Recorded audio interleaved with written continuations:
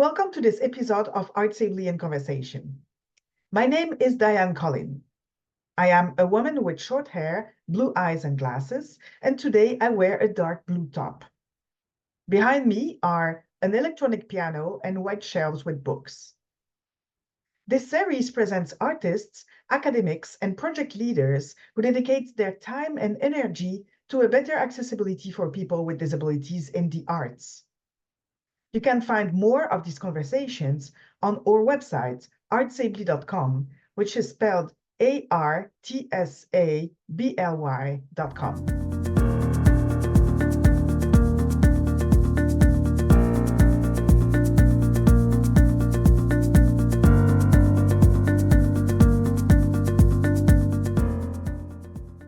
Today, Art Sibly is in conversation with Clint Warren, a composer, a guitarist, a singer-songwriter, and a producer living in Cleveland in Ohio.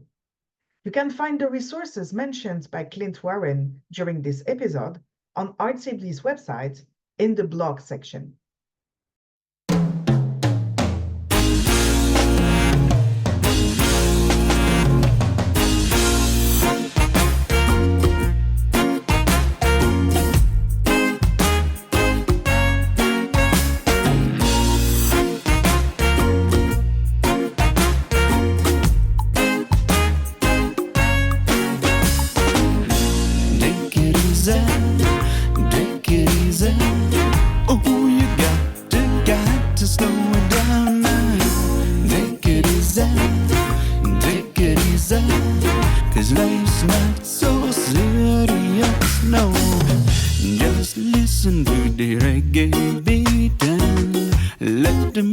Take you off your feet and get ready to grab a seat now and take a step back and let your worries subside. Take it easy, take it easy. Oh, you got to slow it down now. Take it easy, cause life's not so serious, no. Why don't you take some advice and listen to these words I've written for you? Smoke some ganja and then unwind. And take a step back and let your worries subside.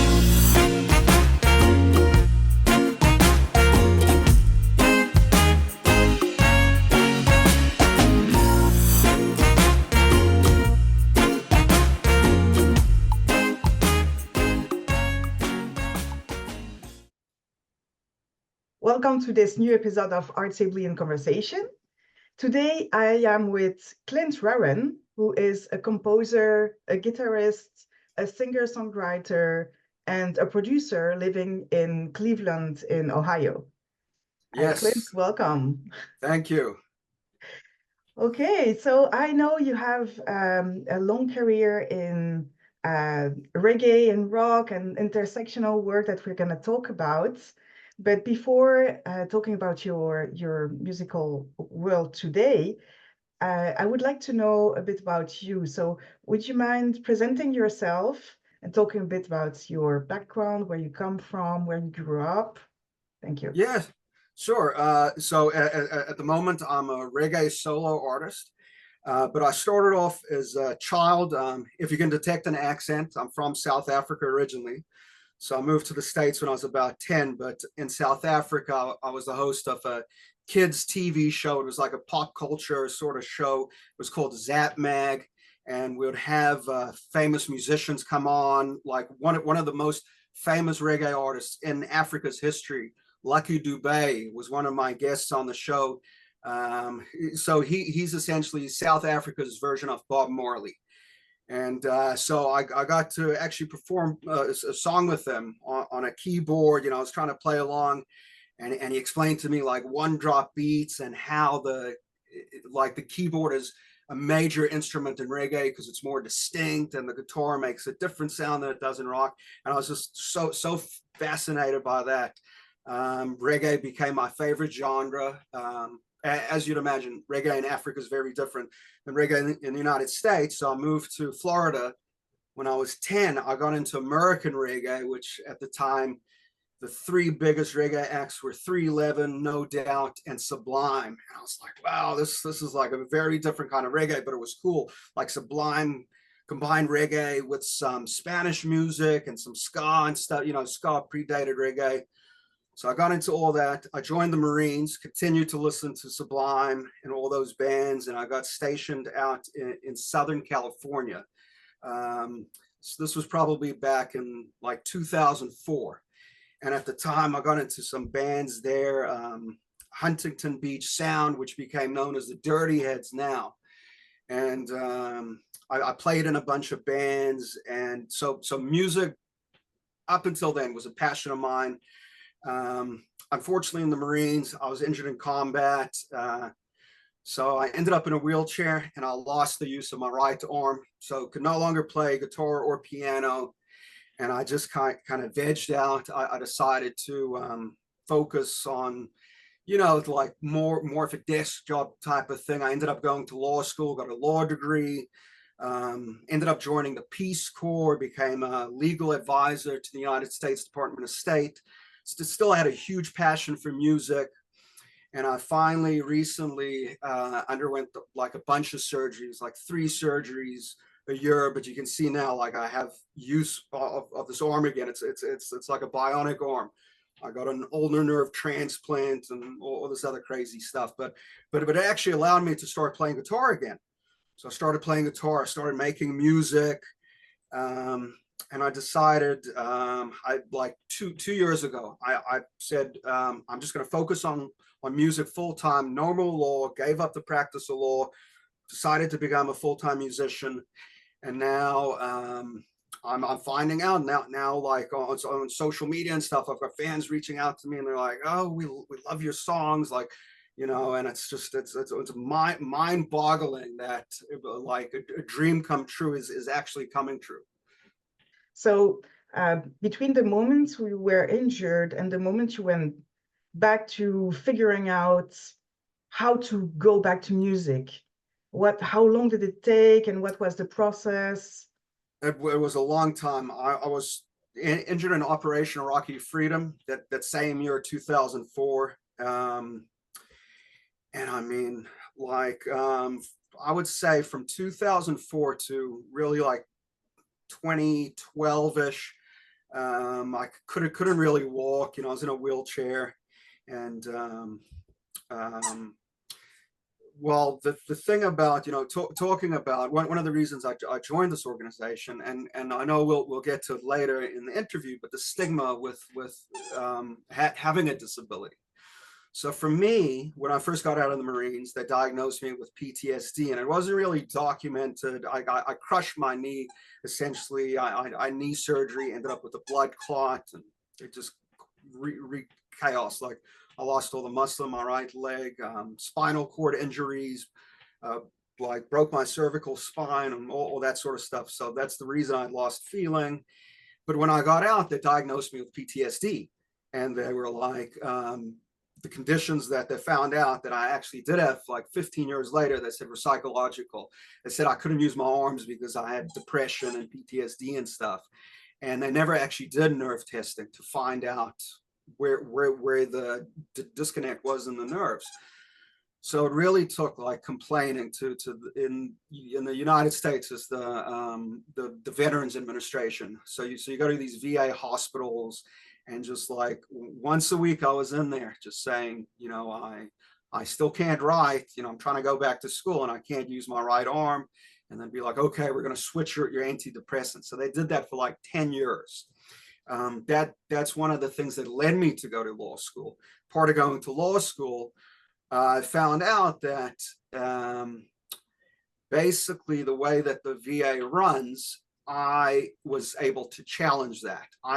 You can't really sue the VA because it's a department of the federal government in the United States, but I could challenge those sorts of things. So I started filing like cases against the VA, and I got outside medical opinions, and my case was that they should pay for this. I went to a private doctor, I got private nerve testing.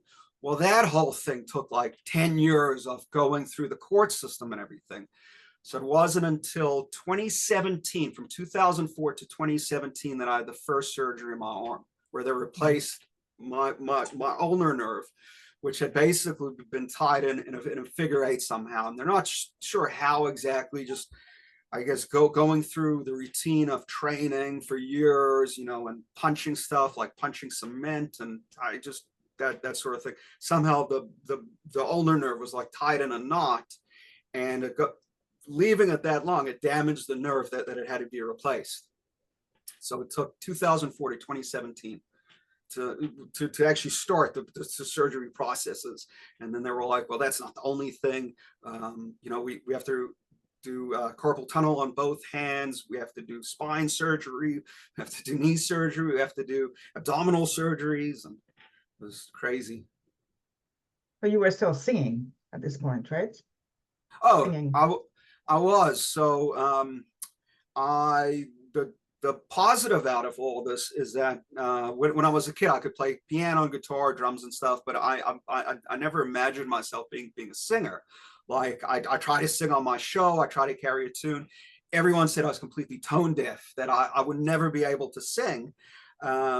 So because I was in a wheelchair, it kind of forced me to sing. I would try and emulate the notes on a guitar, because I'd be trying to explain to my friends who play guitar, like you should try and play this, but I couldn't show them how to play it. So I try to make the sounds with my mouth, you know, for like 10 years of making these sounds. And finally, I guess I just figured out how to sing along the way.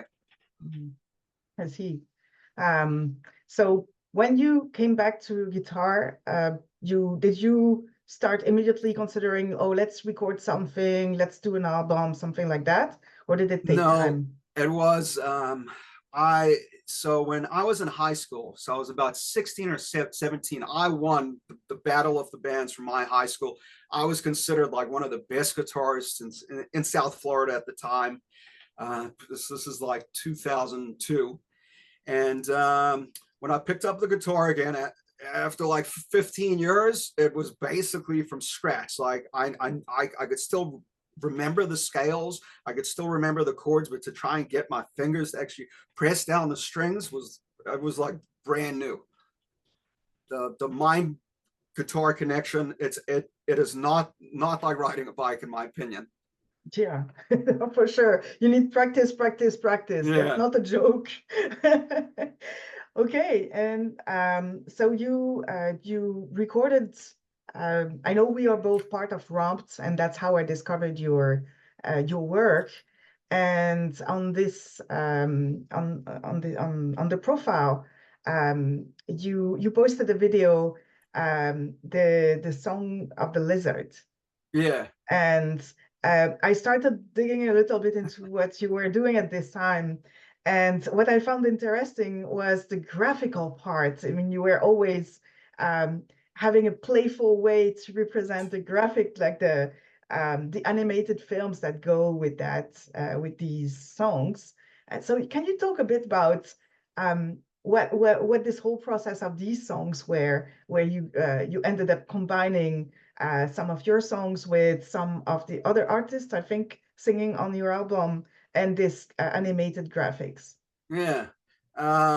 It's essentially, I've always been a fan of like just funny cartoons.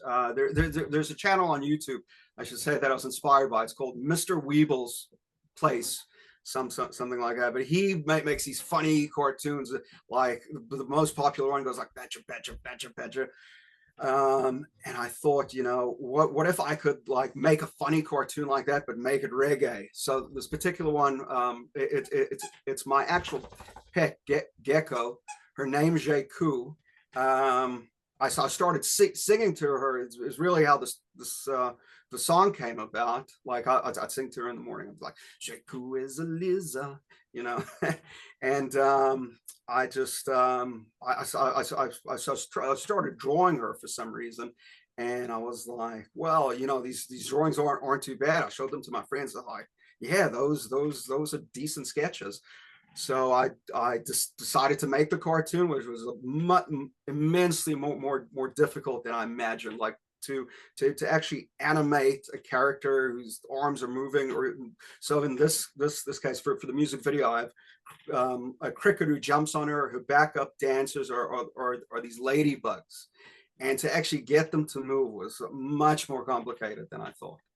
But it was fun. And so I had so talking about like social media, like people reaching out to me like we like your songs. I had one of the biggest reggae bands in the whole of the continent of Africa reached out to me. They're called African Reggae Machine, and they're like, we like your songs, they're fun, and we see that you're from Africa.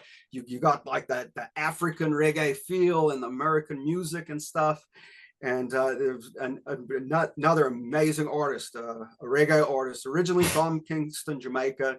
He lives in Holland now. His name's Y Intel. He reached out. He's like, yeah, I'm a fan of your music. We should do a collaboration. So I just did a collaboration with both of them. So it's like a remix off that New Caledonia song where I've got the music video with them.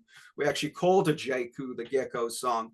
And I'm about to try and make a better sort of music video to go along with this. Like that was my first attempt at drawing, and now that I know like what to expect with animating something that's moving, you know, I think I could do like a higher quality video the second time around. And so you there was not only one, right? You did a bunch of and songs. And I did one for my dog, if you can see her. She's here, but she is basically Land Piranha.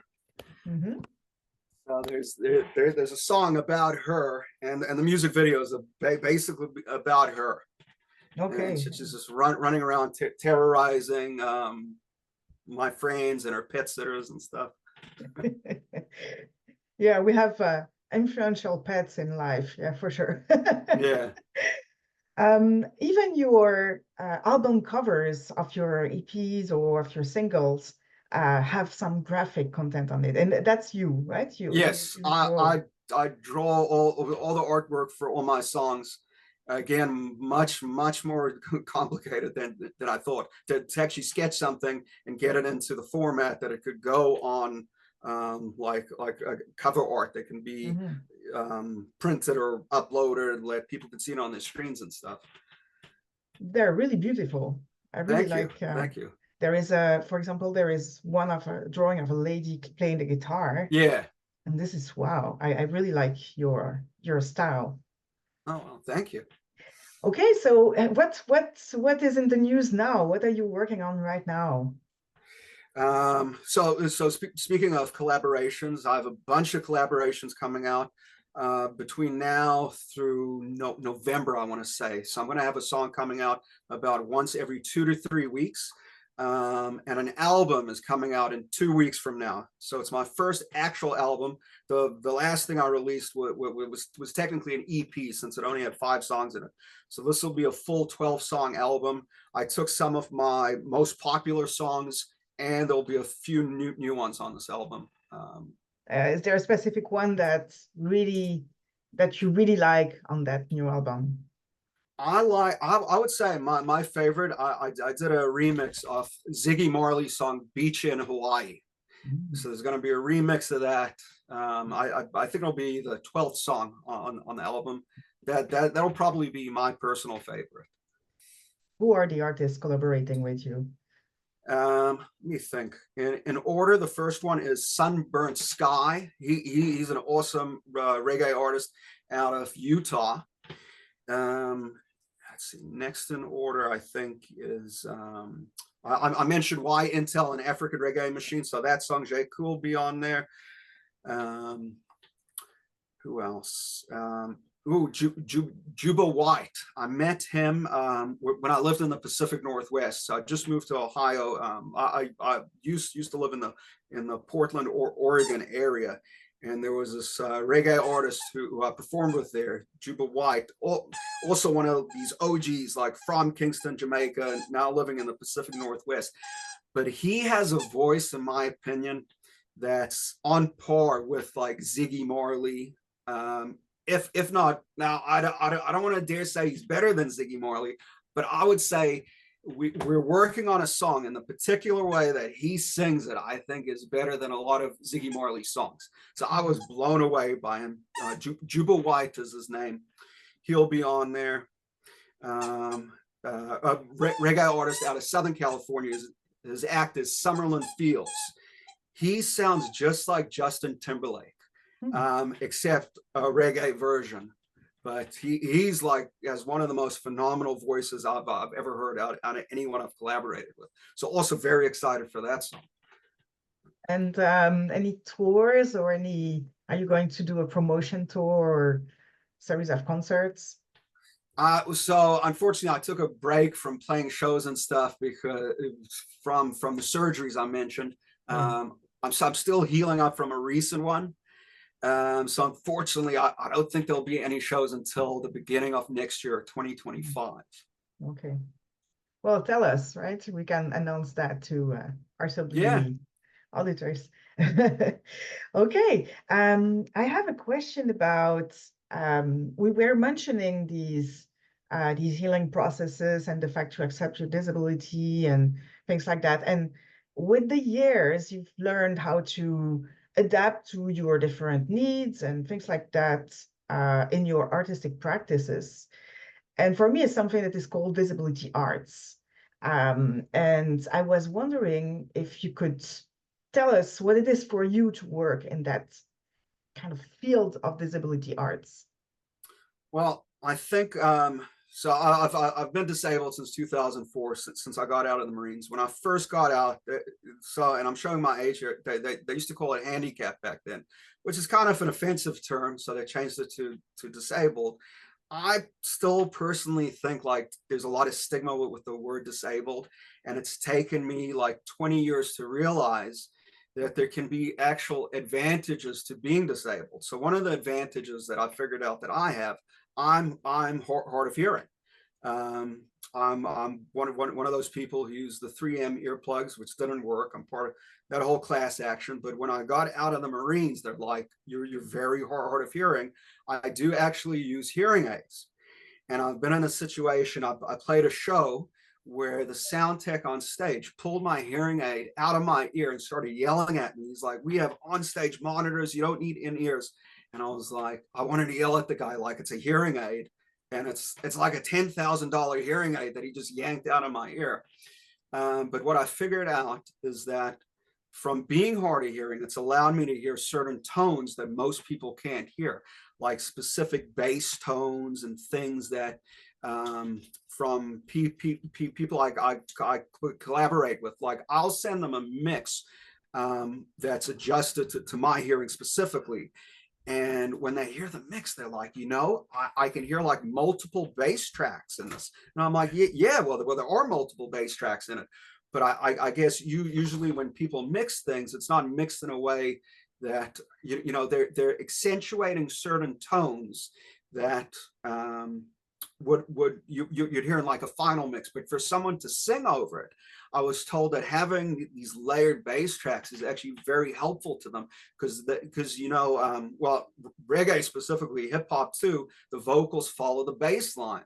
So in all these other like beats these guys were getting, who they collaborated with, they were trying to guess where the notes were, you know, or they're trying to emulate the guitar or piano. With my songs, they were emulating just the bass line because you could barely even hear the guitar, like the high tones in my mix. And they said that really helped them.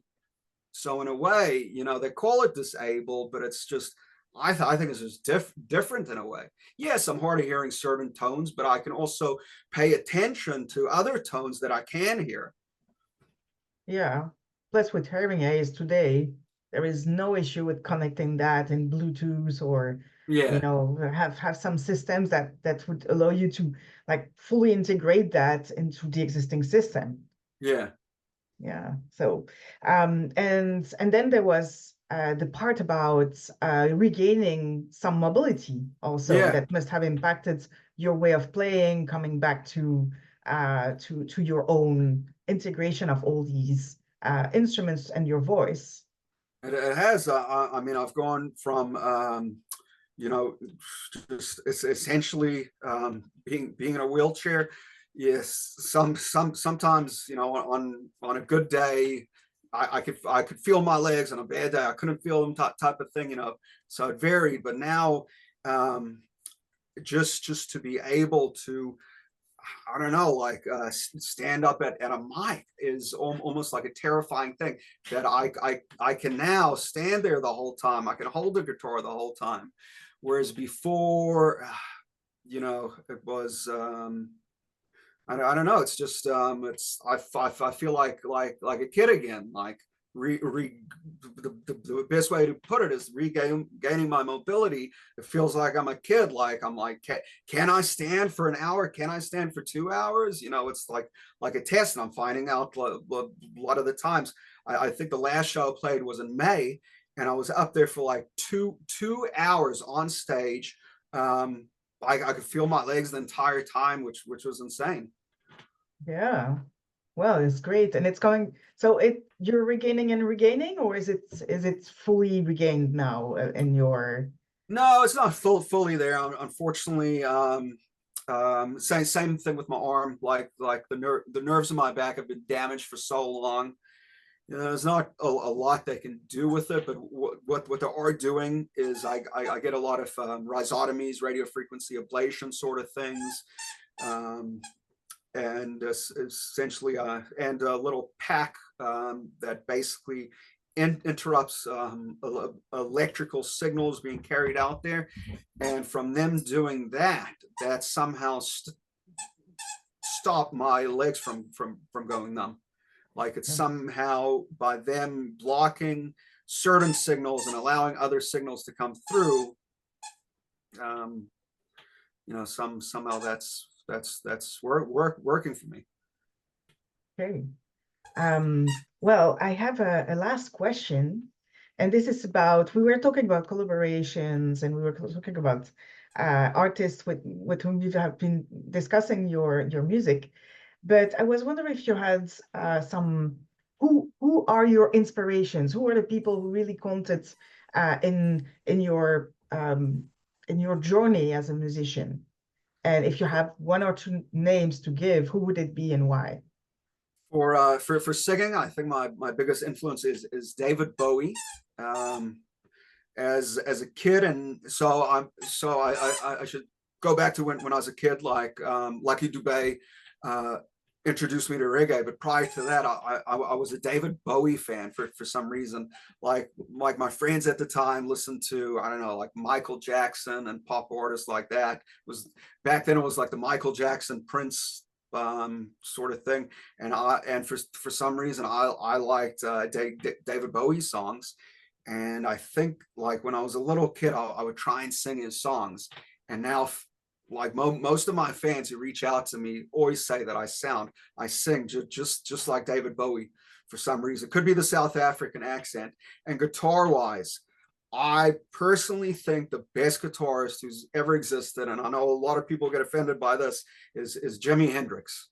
You know, I know people say, oh, there's better guitarists than Jimi Hendrix, there's better soloists than Jimi Hendrix. But I think the way that Jimi Hendrix played, he didn't just play solos, he would make his solo part of the song. And the way he wrote his solos was basically like words in the song that you would sing. So he would sing the entire song, you know, you got the entire song, and he would take some of the words out and replace that with guitar riffs. And that's the exact thing that I try to do in my songs, you know, which is extremely hard to try and convert you know, lyrics into guitar sounds.